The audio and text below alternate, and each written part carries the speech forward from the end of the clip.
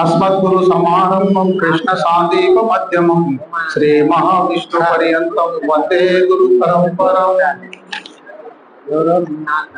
श्री सद्गुरु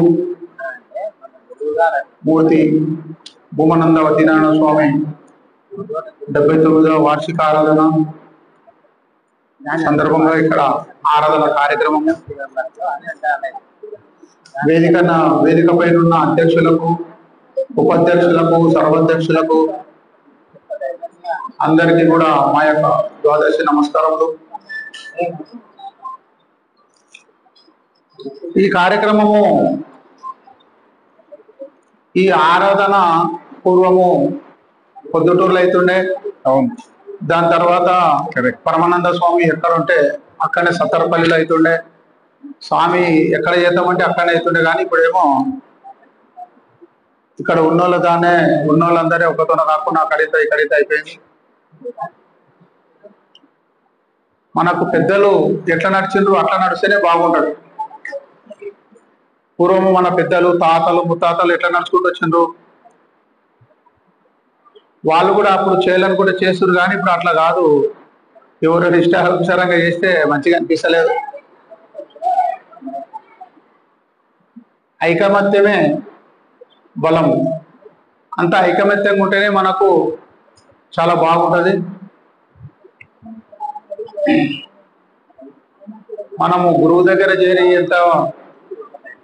ఎన్నోసార్లు వచ్చి విన్నా కానీ స్వామి ఎట్లా నడుచుకుంటున్నాడు, ఎట్లా నడిచిండు తను ఒక్కోడే. ఇచ్చలానంద స్వామి కార్యక్రమము లక్ష్మపల్లిలో, ఈ కార్యక్రమం పొద్దుటూలో చేసిన, సత్తరపల్లి చేసిన, ఇక్కడ చేసిన చాలా స్వామి ఉన్నాడంటే ఆ కళనే వేరుండే. కానీ ఇప్పుడు ఎట్లన్నా కానీ ఆ గురుదేవుడు ఎట్లా చేసుకోవాలనుకుంటే ఆయన స్వామి ఇష్టం ఎట్లనే చేసుకోండి.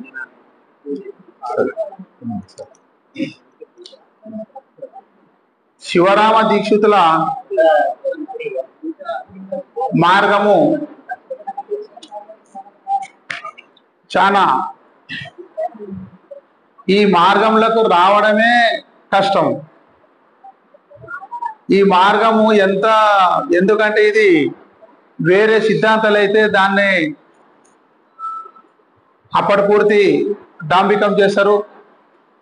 దానికి జల్దీ ఆకర్షణ ఉంటుంది,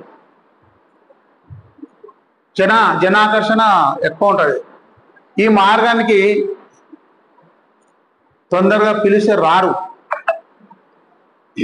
శివరామ దీక్షితులే ఒక్కొక్క మానవుని మార్గంలో దేనికి 100 సార్లు చెప్పమని రాశారు.